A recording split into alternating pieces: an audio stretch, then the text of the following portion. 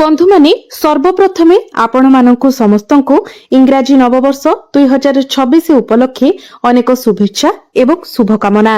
वर्षटी आपणक पई अनुकूल हेउ। आपणकर मनरे थिबा समस्त इच्छा अभिलाष एई नूतन वर्ष 2026 रे परिपूर्ण हेउ। आपण निरोग रुहंतु, सुस्थ रुहंतु एवं प्रत्येकटी क्षेत्र रे आपण विजय लाभ करंतु। तेबे बंधु माने आजिरो एही भिडियोटी मेष राशि व्यक्ति विशेष मानक पई बहुत ही गुरुत्वपूर्ण अटे। सेथिपई आपण माने भिडियोटी को शेष पर्यंत निश्चय देखंतु। आजिरो एही भिडियो रे आमे माने जानिबा मेष राशि व्यक्ति विशेष मानकर 2026 मसीहाटी किपरि रहिबो। ग्रह माने आपणकर साथ देबे ना नाही। आपणकर क्यारियर रे आपण आगको बढ़ी पारिबे ना नाही।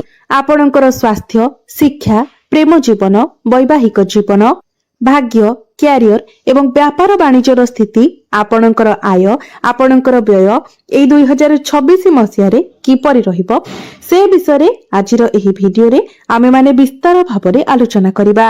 सेथिपई आपण माने भिडियोटी को स्किप न करी शेष पर्यंत निश्चय देखंतु। एवं आपणकर जदि मेष राशि होई थाए तो भिडियोटी को लाइक करी चैनल टी को सब्सक्राइब करि दियंतु। कमेंट बॉक्स रे भक्ति एवं श्रद्धार सहित जय श्री जगन्नाथ, जय मां लक्ष्मी निश्चय लिखंतु। तेबे बंधु माने सर्वप्रथम आसंतु जानिबा मेष राशि व्यक्ति विशेष मानकर व्यक्तित्व एवं स्वभाव विषय रे। तेबे बंधु माने मेष राशि व्यक्ति विशेष माने हेउछंती स्पष्टवादी। मेष राशि राष्ट्राधिपति हेउछंती मंगल। मंगल मेष राशि अधिपति होइथिबारु मेष राशि व्यक्ति विशेष माने साहसी, पराक्रमी एवं स्पष्टवादी होइथांती।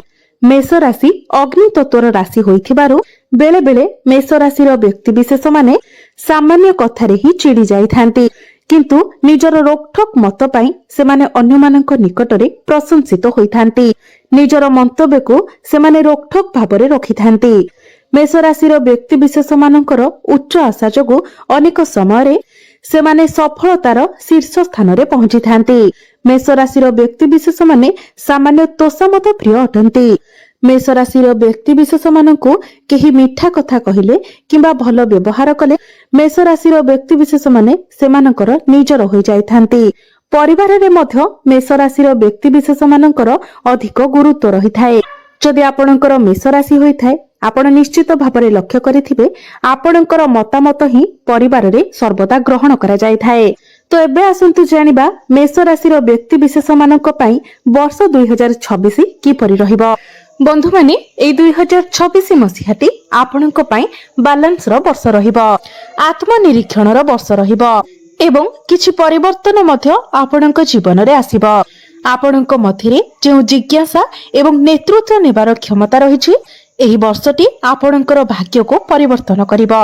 विशेष करी भावात्मक एवं व्यवसाय क्षेत्र रे मध्य आपणक निकट को किछि चैलेंजेस आसी पारे।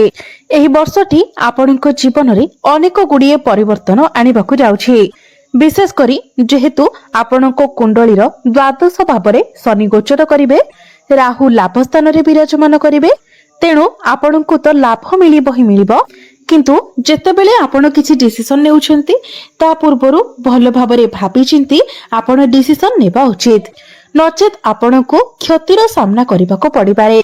आपणकर आय अधिक रहिबो, आपणको पाखको धन अधिक मात्रा रे आसीबो, किंतु ताकू आपण किभले भाबरे खर्च करबा उचित से विषय रे आपण भाबी चिंती खर्च करबा उचित। जदि आपण भूल जगह रे इन्वेस्टमेंट करिदेबे तेबे आपणको लॉस रो मध्य शिकार हेबाको पड़िबो। तेणु आपण बुझी विचारी टंका पैसार निर्णय नेबे। 2026 मसीहाटी मेष राशि व्यक्ति विशेष मानकु प्रेम जीवन रे एवं विवाह जीवन रे मिश्रित फल प्रदान करिबो।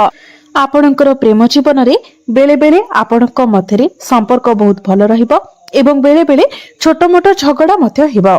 आपणक मध्यरे मनांतर मतांतर मध्य हेबो। सेमिति वैवाहिक जीवन कथा जदि कहबा तो वैवाहिक जीवन रे मध्य आपणको मिश्रित फल प्राप्ति हेबो। बंधु माने वर्ष आरंभरु गुरु आपणकर चतुर्थ भावरे गोचर करिवे, तेणु आपणकर वैवाहिक जीवन रे शांति एवं सहयोग निश्चित भावरे आसीबो। जीवन साथीଙ୍କ सहित आपणकर संपर्क बहुत भलो रहिबो। पूर्वरु आपणकर वैवाहिक जीवन रे जे सब मनांतर मतांतर लागि रहितिला से सब दूर होइजिबो। मेष राशि व्यक्तिशेष माने जो माने अविवाहित अछंती एवं विवाह करबाको चाहुचंती तो आपणकर विवाह जोग खोलीजिव। एही 2026 मसीह रे आपण विवाह करिवार बहुत अधिक संभावना रहुछि। आपण जेउ भली जीवन साथी खोजुतिले आपणको सेही भली जीवन साथी मिलिबो। किंतु मो पूर्वरु ही आपणको कहि सारिछि जे आपण जहा भी किछि डिसिजन नेउछंती जेउ क्षेत्र रे भी डिसिजन नेउछंती ता पूर्वरु आपण भलो भाबरे भाबी चिंती डिसिजन नेबा उचित। 2026 मसीह रे आपणकर क्यारियर एवं बिजनेस रे उन्नति देखा जाउछि। तेबे वर्ष आरंभरू आपण देखिबे जे आपण जेउ क्षेत्र रे कार्य करूछंती सेथारे टिके विवाद देखा देई पारे किंबा आपणको उपरे कार्यभार टिके अधिक रही पारे। तेणु आपण जदि चाकरी करूछंती किंबा बिजनेस करूछंती सेठारे आपणको निज भितरे टिके अधिक धैर्य रखिबार अछि। बृहस्पतिंकर कृपारु समय आपणकर साथ देबो जेउथि पई आपणकर चाकरी क्षेत्र एवं व्यवसाय रे जे समस्या लागि रहितिला से सब धीरे धीरे दूर होइजिबो। जो माने चाकरी रो अन्वेषण रे अछंती सेमानक पई जून मास परे समय भलो आसीबो। जून मास परे आपणको चाकरी मिलिबार अधिक संभावना रहुछि। जो माने बिजनेस करूछंती जून मास परे आपण आपणकर बिजनेस रे विशेष करी जो माने नेटवर्किंग रो बिजनेस करूछंती आपणकर लोक संपर्क जदि भलो रहिछि तो आपण आहुरी अधिक उन्नति करिवे। जो माने रियल एस्टेट एजुकेशन टेक्नोलॉजी ए सब क्षेत्र रे जो माने कार्य करूछंती एवं जो माने सरकारी चाकरी करूछंती सेमानक पई 2026 मसीहाटी बहुत भलो रहिबो। आर्थिक स्थिति मध्य आपणकर सुदृढ़ हेबो। आपणकर इनकम बढ़िबो। फाइनेंशियल ग्रोथ हेबो। वर्षर प्रथम 6 मास मध्यरे चाकरी क्षेत्र रे आपणको प्रमोशन मिलि पारे। आपणकर इनकम बढ़ी पारे बा आपणकर दरमा बढ़ी पारे। तेबे बंधु माने आपणकर इनकम अधिक हेले मध्य आपणको निजर खर्च उपरे नियंत्रण रखिबार अछि। जेमिति आपण टंका को अजथा खर्च न करंती सेथि प्रति आपणको ध्यान रखिबार अछि। वर्ष आरंभरू जदि आपण निजर बजेट को ठीक न रखिबे तो आपणको समस्या रे पडिबाको होई पारे। जुलाई मासरू ही आपणकर आकस्मिक खर्च बढ़िबाको लागिबो। अजथा खर्च बढ़िबाको लागिबो। तेणु आपण निजर खर्च उपरे नियंत्रण रखिबाको चेष्टा करंतु। आपण जदि परिबे लॉन्ग टर्म इन्वेस्टमेंट रे आपण ध्यान दियंतु। आपण निजर टंका को बैंक रे आपण फिक्स मारि पारंती किंबा लॉन्ग टर्म इन्वेस्टमेंट करि पारंती सेथिरे ही आपणकर भलो हेबो। आपणकर पारिवारिक जीवन ए 2026 मसीह रे सुखमय रहिबो। आपणको आपणकर परिजन मानकर साथ मिलिबो। जून मास परे आपणकर परिवार रे टिके मनांतर मतंतर होई पारे। स्वास्थ्य दृष्टिकोणरू मध्य 2026 टी आपणको पई बहुत भलो रहिबो। सेमिति बड़ स्वास्थ्य जनित समस्या किछि देखा जाउ नाही किंतु आपणकर निदरे टिके प्रॉब्लम देखा दे पारे। आपणको भलो निद न होई पारे किंतु स्वास्थ्य रे सेमिति किछि बड़ समस्या देखा जाउ नाही। तेबे आपण प्रत्येक दिन सकाळ समय एवं संध्या समय टिके शारीरिक व्यायाम करिबा पई चेष्टा करंतु। जोग व्यायाम प्राणायाम इत्यादि करंतु। जदि पारुछंती आपण जिम रे मध्य जॉइन करंतु। एही 2026 मसीह रे निजको बुझी आपण को आगो को बढ़िबाको पड़िबो।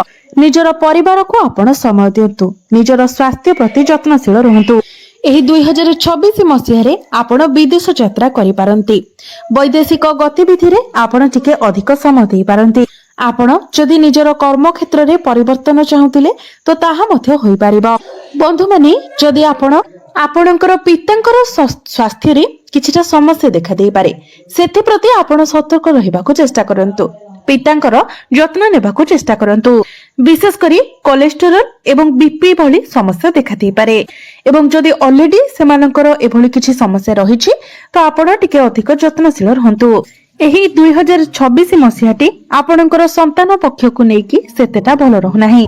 आपण निजर संतानक मध्यरे टिके रुक्ष प्रकृति देखि पारंती। टिके अधिक क्रोध स्वभाव देखि पारंती। चिड़चिड़ापन देखि पारंती। तेबे बंधु माने आसंतु जानिबा किछि उपाय विषय जो उपाय गुड़िक करबा द्वारा आपनको अधिक मात्रा रे शुभ फल प्राप्ति हेबो एवं जहाँ सब अशुभत्व रहुछि सेगुड़िक खंडन होइजिबो। सेति पई आपण प्रत्येक मंगलवार दिन प्रभु हनुमान को सिंदूर अर्पण करंतु एवं प्रत्येक दिन आपण ओम हं हनुमते नमः एही मंत्र 108 थर जप करंतु। आपनको मानसिक शांति प्राप्ति हेबो। ଏହା ଛଡା ପ୍ରତ୍ୟେକ ଦିନ ଆପଣ ଉଦିତ ସୂର୍ଯ୍ୟଙ୍କୁ ତମ୍ବା ପାତ୍ରରେ ଜଳାର୍ଘ୍ୟ ଅର୍ପଣ କରନ୍ତୁ। ପ୍ରତ୍ୟେକ ଦିନ ଆପଣ ହନୁମାନ ଚାଳିସାର ପାଠ କରନ୍ତୁ ଏବଂ ପିତାଙ୍କ ସହିତ ନିଜର ସମ୍ପର୍କ ଭଲ ରଖିବା ପାଇଁ ଚେଷ୍ଟା କରନ୍ତୁ। ଆପଣ ନିଜର ସାମର୍ଥ୍ୟ ଅନୁସାରେ ଗରିବ ଲୋକମାନଙ୍କୁ ସାହାଯ୍ୟ କରିବାକୁ ଚେଷ୍ଟା କରନ୍ତୁ। ଏହା ଆପଣଙ୍କ ଜୀବନରେ ବଡ଼ ପରିବର୍ତ୍ତନ ଆଣିବାରେ ଆପଣଙ୍କୁ ସାହାଯ୍ୟ କରିବ।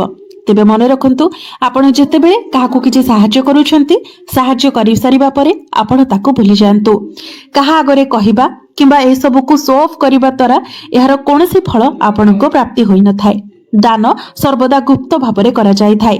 ତେଣୁ ଆପଣ ଯାହାକୁ ଯାହା ଦେଉଛନ୍ତି, ଯାହାକୁ ଯଦି କୌଣସି ସାହାଯ୍ୟ ଆପଣ କରୁଛନ୍ତି, ତ ତୁରନ୍ତ ହିଁ ଆପଣ ତାହାକୁ ଭୁଲି ଯାଆନ୍ତୁ। ମନେ ରଖନ୍ତୁ, କେବେ ବି କାହାକୁ କଷ୍ଟ ଦେବାକୁ ଚେଷ୍ଟା କରନ୍ତୁ ନାହିଁ। ନିଜର ଅହଙ୍କାରକୁ ଆପଣ ଅନ୍ୟ ଆଗରେ ଦେଖାନ୍ତୁ ନାହିଁ। ଅନ୍ୟକୁ ଛୋଟ କରି କେବେ ବି କଥାବାର୍ତ୍ତା କରନ୍ତୁ ନାହିଁ। ଯେହେତୁ ଆପଣଙ୍କର ଅଧିପତି ମଙ୍ଗଳ ଅଟନ୍ତି, ତେଣୁ ଆପଣ ମାଗଣାରେ କାହାଠାରୁ କିଛି ଜିନିଷ ରଖନ୍ତୁ ନାହିଁ। କୌଣସି ଇଲିଗାଲ କାମରେ ଆପଣ ସମ୍ପୃକ୍ତ ହୁଅନ୍ତୁ ନାହିଁ ଏବଂ ମିଥ୍ୟା ଠାରୁ, ନିଶା ଦ୍ରବ୍ୟ ଠାରୁ ଆପଣ ଦୂରେଇ ରୁହନ୍ତୁ। ଆପଣ ସର୍ବଦା କଳା ଏବଂ ନୀଳ ରଙ୍ଗ ଠାରୁ ଦୂରେଇ ରୁହନ୍ତୁ, କାରଣ ଏହି ରଙ୍ଗ ଆପଣଙ୍କ ପାଇଁ ଅଶୁଭ ହୋଇଥାଏ। ପ୍ରତ୍ୟେକ ଦିନ ଆପଣ ହନୁମାନ ଚାଳିସାର ପାଠ କରନ୍ତୁ। ନିଶ୍ଚିତ ଭାବରେ ଆପଣଙ୍କର ଜୀବନ ମଙ୍ଗଳମୟ ହେବ। ତ ବନ୍ଧୁମାନେ, 2026 ମସିହାଟି ଆପଣଙ୍କ ପାଇଁ ଶୁଭମୟ ହେଉ, ମଙ୍ଗଳମୟ ହେଉ, ଏହା ହିଁ ଈଶ୍ୱରଙ୍କ ନିକଟରେ ମୋର ପ୍ରାର୍ଥନା।